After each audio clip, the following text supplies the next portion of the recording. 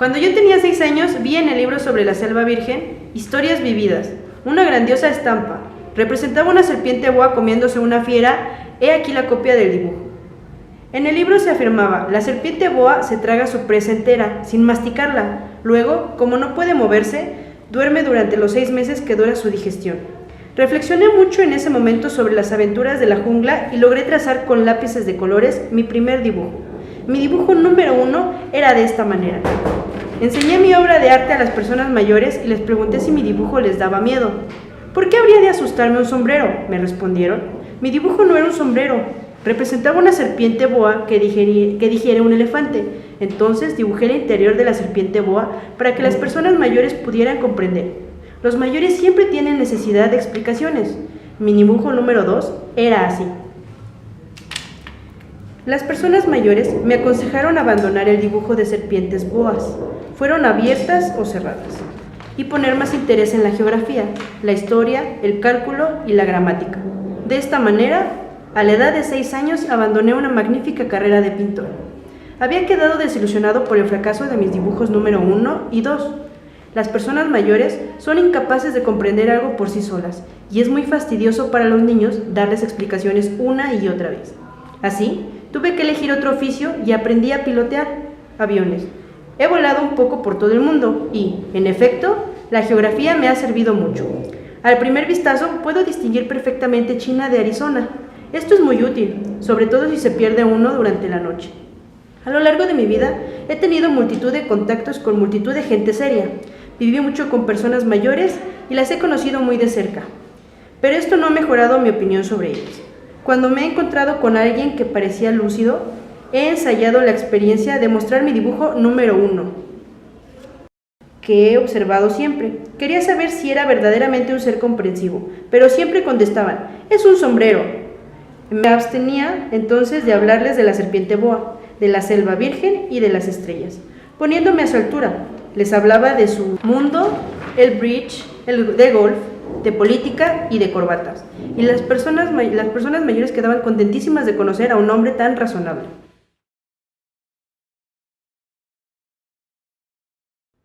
Viví así, solo, sin alguien con quien poder hablar verdaderamente, hasta hace 6 años cuando tuve una avería en el Sahara. Algo se había estropeado en el motor de mi avión. Como viajaba sin mecánico ni pasajero alguno, me dispuse a realizar yo solo una reparación difícil. Era para mí una cuestión de vida o muerte, pues apenas tenía agua pura como para 8 días. La primera noche me dormí sobre la arena, a unas 1000 millas de distancia del lugar habitado más próximo. Estaba más aislado que un náufrago en medio del océano. Imagínense, pues, mi sorpresa cuando al amanecer me despertó una vocecita que decía: Por favor, píntame un cordero. ¿Eh? ¡Píntame un cordero! Me puse en pie de un brinco y frotándome los ojos miré a mi alrededor. Descubrí a un extraordinario muchachito que me observaba gravemente. Ahí tienen el mejor retrato que más tarde logré hacer de él, aunque reconozco que mi dibujo no es tan encantador como el original. La culpa no es mía. Las personas mayores me desanimaron de mi carrera de pintor a la edad de 6 años, cuando solo había aprendido a dibujar boas cerradas y boas abiertas. Miré fascinado aquella aparición.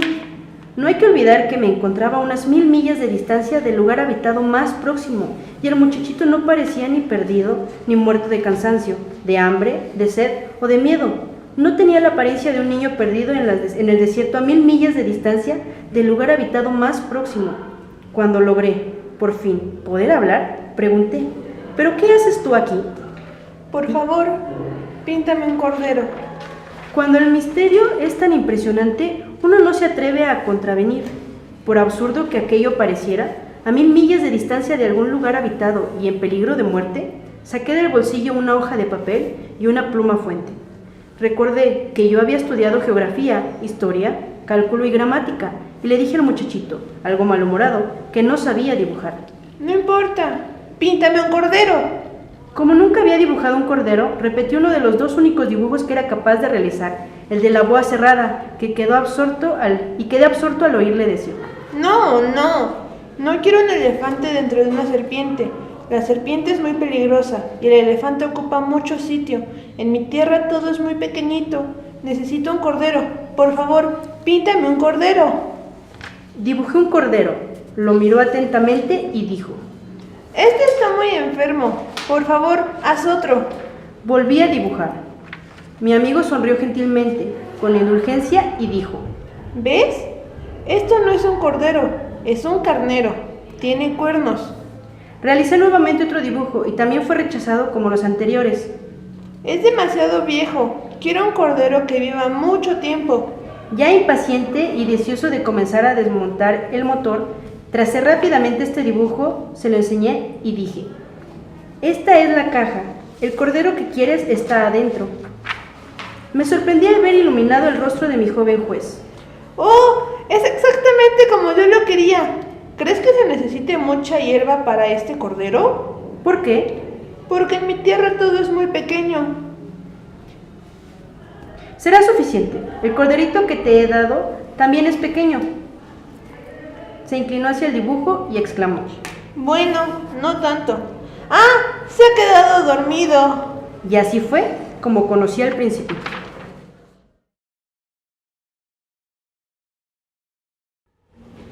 Necesité tiempo para comprender de dónde venía. El Principito, que siempre insistía con sus preguntas, no parecía oír las mías. Fueron frases al azar las que, poco a poco, me fueron revelando sus secretos. Así, cuando distinguió por primera vez mi avión, no dibujaré mi avión por tratarse de algo demasiado complicado para mí. Me preguntó: ¿Qué cosa es esa? Esa no es una cosa, es un avión. Vuela, es mi avión. Me sentí orgulloso al decir que mi avión volaba. Él entonces gritó: ¿Cómo? ¿Has caído del cielo? Sí, le dije modestamente. Ah, es curioso. Y lanzó una graciosa carcajada que de momento me irritó, pues me gusta que mis desgracias se tomen en serio. Después añadió: Entonces, ¿tú también vienes del cielo? ¿De cuál planeta? Esa pequeña luz iluminó un poco el misterio y le pregunté: ¿Tú vienes de otro planeta? No me respondió, solo movía lentamente la cabeza examinando detenidamente mi avión. En esto no creo que puedas venir de muy lejos. Y se hundió en un ensueño durante largo tiempo. Había sacado de su bolsillo a mi cordero y se abismó en la contemplación de su tesoro. Imagínense cómo me intrigó eso de ¿otro planeta? Y me esforcé en saber algo más. ¿De dónde vienes, muchachito? ¿Dónde está tu casa? ¿Dónde quieres llevarte, mi cordero? Después de meditar silenciosamente me comentó: Lo bueno de la caja que me has dado es que, por la noche, puedes servirle de casa. Sin duda, y si eres bueno, te daré también una cuerda y una estaca para atarlo durante el día. ¿Atarlo? ¡Qué idea más rara! Si no lo atas, se irá por donde sea y puede perderse. Mi amigo empezó a reír. ¿Y a dónde quieres que vaya? No sé, a cualquier lado. Entonces el Principito señaló con gravedad. No importa, mi tierra es muy pequeña. Y agregó, quizás con un poco de melancolía: A donde vaya no puede ser muy lejos.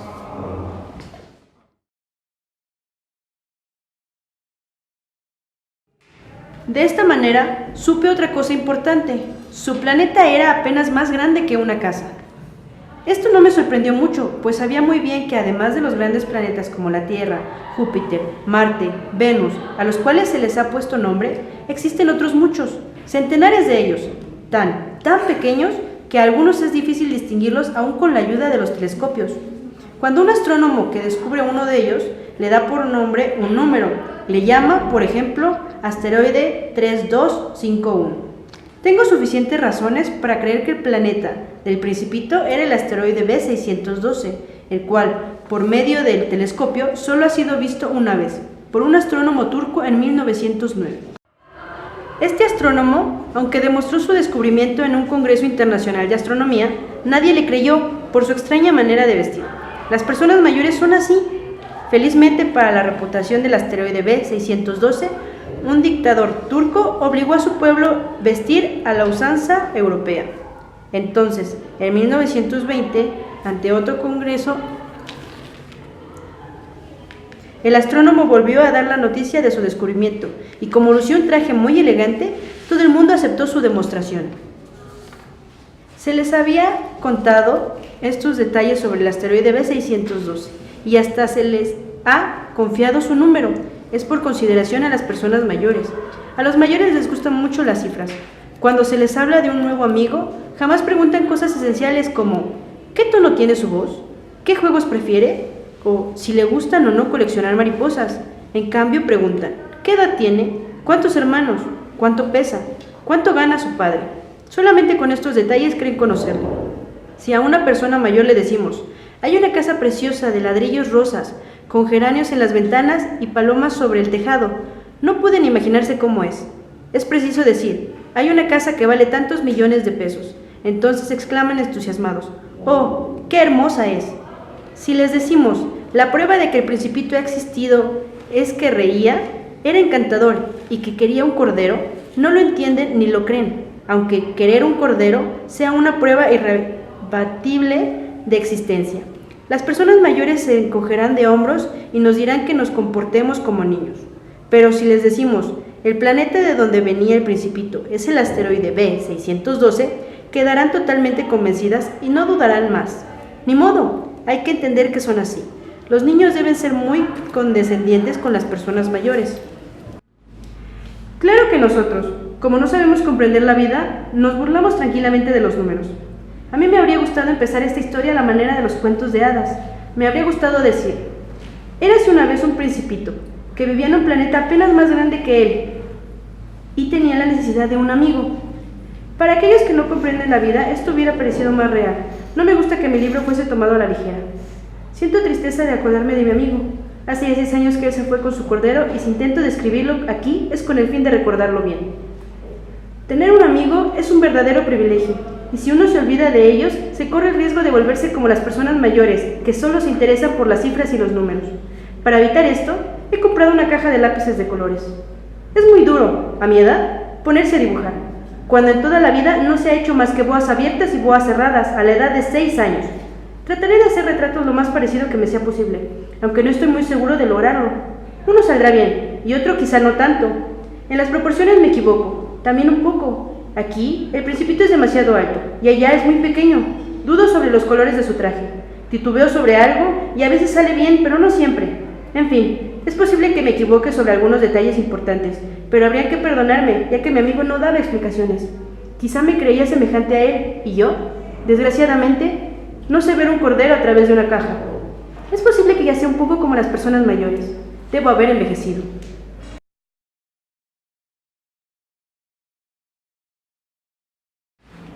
Cada día, lentamente y al azar de las reflexiones, aprendí algo nuevo sobre el planeta, sobre la partida y sobre el viaje del Principito. Fue así como, al tercer día, conocí el drama de los baobabs. Fue también por el cordero y preocupado por una profunda duda cuando el Principito me preguntó: ¿Es verdad que los corderos se comen los arbustos? Sí, es cierto. ¡Ah, qué contento estoy! No comprendí qué importancia tenía para él que los corderos se comieran los arbustos, pero el Principito añadió: Entonces se comen también los baobabs. Le hice comprender que los baobabs no son arbustos, sino árboles tan grandes como iglesias, que incluso llevando todo un rebaño de elefantes, no lograría acabar con un solo baobab. Esto del rebaño de elefantes hizo reír mucho al Principito. Habría que ponerlos unos sobre otros. Y luego añadió juiciosamente: Los baobabs comienzan por ser muy pequeñitos. Es cierto, pero ¿por qué quieres que tus corderos se coman a los baobabs? ¡Vamos!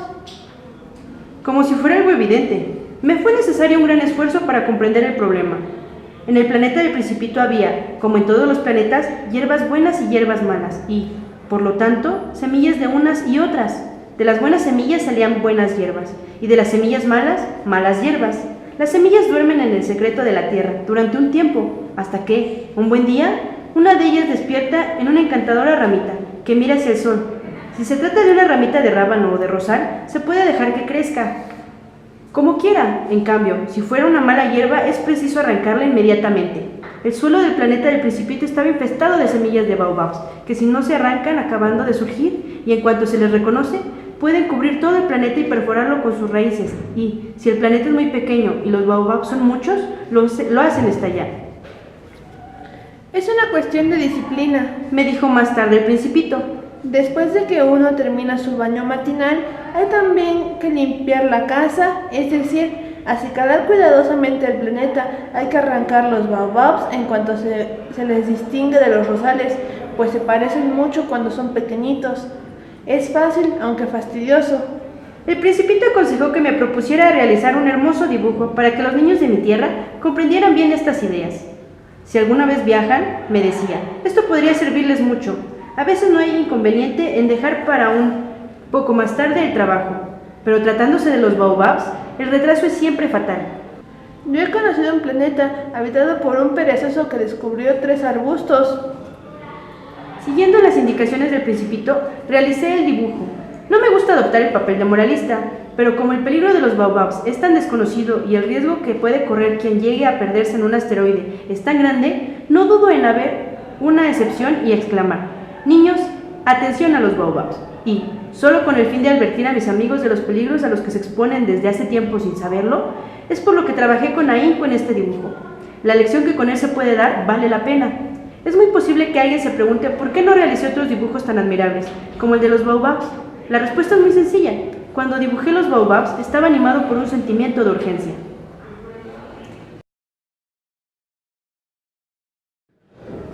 Ah, mi pequeño amigo, ¿cómo he ido comprendiendo lentamente tu vida melancólica? Durante mucho tiempo tu única distracción fue observar la dulzura de los atardeceres. Esto lo supe al 4.º día cuando me dijiste: Me gustan las puestas de sol. Vamos a ver una. Hay que esperar. ¿Esperar qué? Que el sol se ponga. Primero te sorprendiste, después te reíste de ti mismo y me dijiste: Siempre creo que estoy en mi tierra. Aquí todos sabemos que cuando es mediodía en Estados Unidos, en Francia se está poniendo el sol. Sería necesario trasladarse a Francia en un minuto para verlo, pero desgraciadamente Francia está lejos.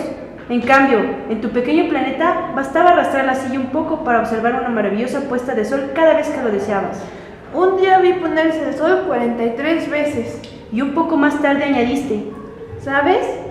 Cuando uno está demasiado triste, es bueno ver las puestas de sol. Ese día estabas muy triste, ¿verdad? Pero el Principito no respondió.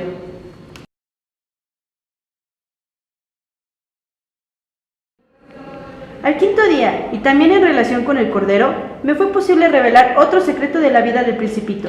Me preguntó, como fruto de una problema larga y silenciosa meditación: si un cordero come arbustos, se comerá también las flores, ¿no? Un cordero se come todo lo que encuentra. ¿Aún las flores que tienen espinas? Sí, también las que tienen espinas. Entonces, ¿para qué le sirven las espinas? Confieso que yo no lo sabía. Estaba muy ocupado tratando de arreglar el motor, ya que el desperfecto parecía muy grave. Además, el agua se agotaba y todo esto me hacía temer lo peor. ¿Para qué sirven las espinas? Al Principito no permitía nunca que se dejara sin respuesta alguna de sus preguntas. Irritado por la gravedad del arreglo de mi avión, le respondí lo primero que se me ocurrió para salir del paso. Las espinas no sirven para nada, son pura maldad de las flores. Oh. Y después de un silencio, me dijo resentido: no te creo. Las flores son débiles, son ingenuas, se defienden como pueden, y las espinas son su defensa. No le respondí nada. En ese instante me decía: si esto continúa resistiendo, no sé qué más hacer. El Principito interrumpió de nuevo mis reflexiones. ¿Tú crees que las flores...? No creo nada. Te he respondido cualquier cosa para que te calles y pueda yo ocuparme de cosas serias. Se quedó absorto. De cosas serias.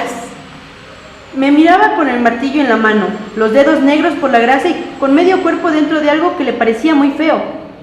Hablas como las personas mayores. Me avergonzó mucho e implacable añadió: todo lo confundes, todo lo mezclas. Él estaba verdaderamente irritado. Sacudía la cabeza agitando el viento sus cabellos dorados. Conozco un planeta donde vive un señor muy colorado que nunca ha aspirado una flor, nunca ha observado una estrella, nunca ha querido a nadie, nunca ha hecho otra cosa que sumar y restar.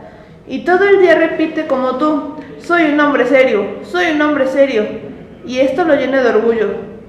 Pero eso no es un hombre, es un hongo. ¿Un qué? Un hongo. El Principito estaba pálido por el disgusto. Hace millones de años que las flores fabrican espinas.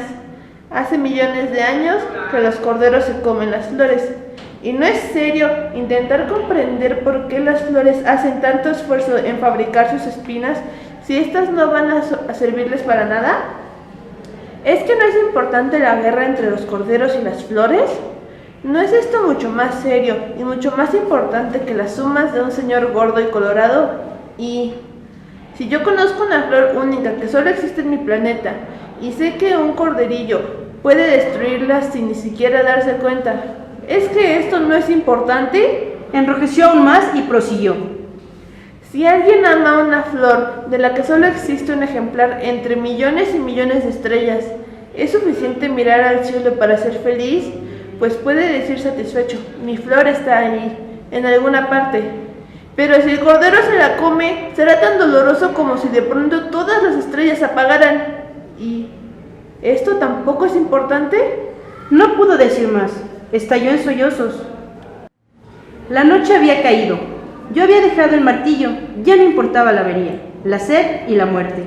Había en una estrella, en un planeta, el mío, la Tierra, un principito a quien consolar. Le pedí perdón. Lo arrullé entre mis brazos diciéndole: la flor que tú amas no corre peligro. Te dibujaré un bozal para tu cordero y una armadura para tu flor.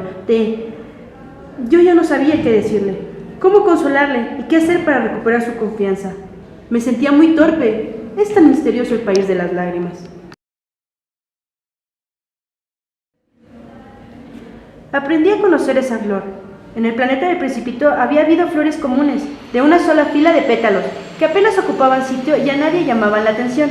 Asomaban entre la hierba una mañana y morían por la tarde. Pero aquella flor era distinta. Había surgido de una semilla llegada quién sabe de dónde, y el Principito había vigilado cuidadosamente aquella ramita, tan diferente de las que él conocía. Podía ser una especie nueva de baobab, pero el arbusto cesó pronto de crecer y comenzó a brotar la flor. El Principito observó cómo crecía un enorme capullo y presentía que de allí habría de salir una aparición milagrosa. La flor tardaba en definir su forma y en completar su belleza, el abrigo de su verde envoltura. Poco a poco escogía sus colores y ajustaba sus pétalos. No quería salir deslucida, quería aparecer en pleno esplendor de su belleza. Era coqueta desde pequeña y su misteriosa preparación le tomó varios días. Una mañana, al salir el sol, por fin se mostró espléndida. La flor, que había trabajado con tanta precisión, dijo bostezando: Oh, acabo de despertar. Perdón por estar tan despeinada. El Principito no pudo contener su embeleso. ¡Qué hermosa eres! ¿Verdad? Respondió dulcemente la flor.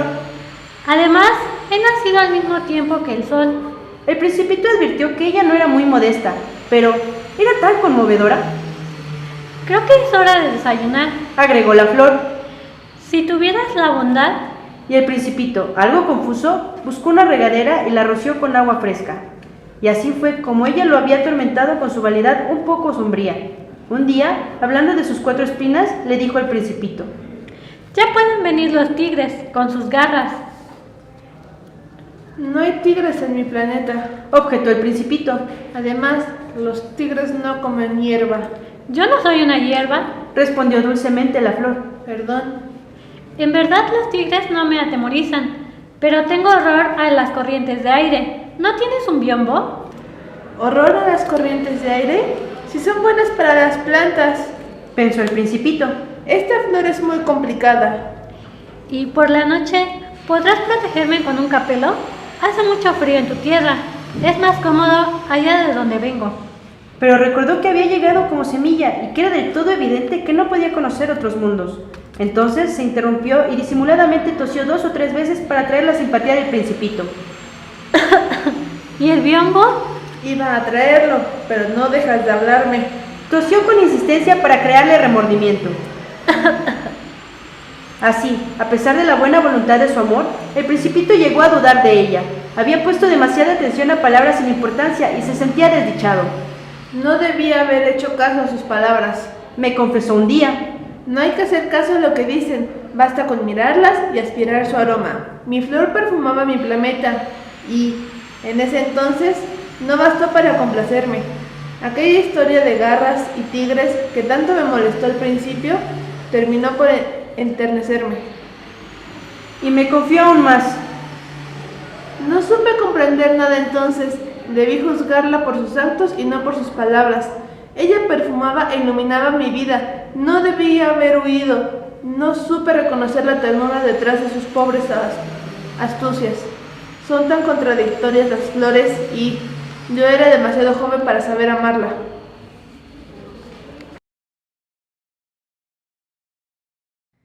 Creo que el Principito aprovechó la migración de unos pájaros silvestres para evadirse y comenzar su viaje.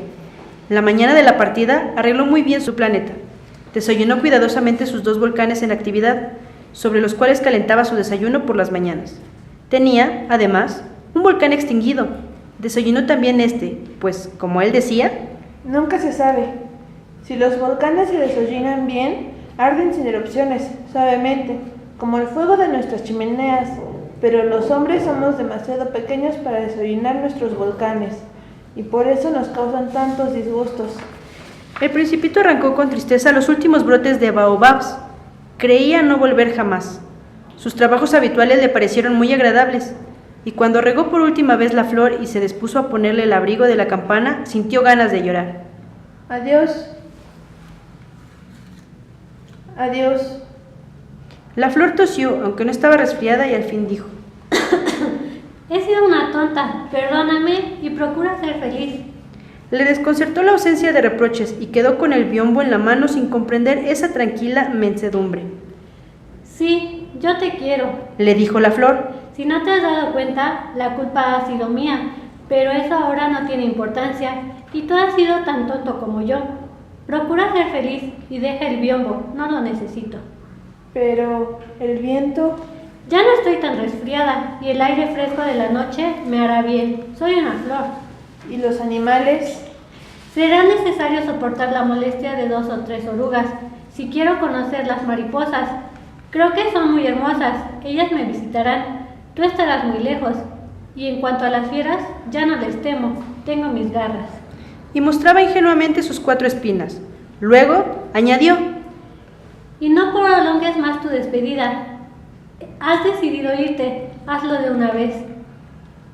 La flor, que era orgullosa, no quería que él la viese llorar.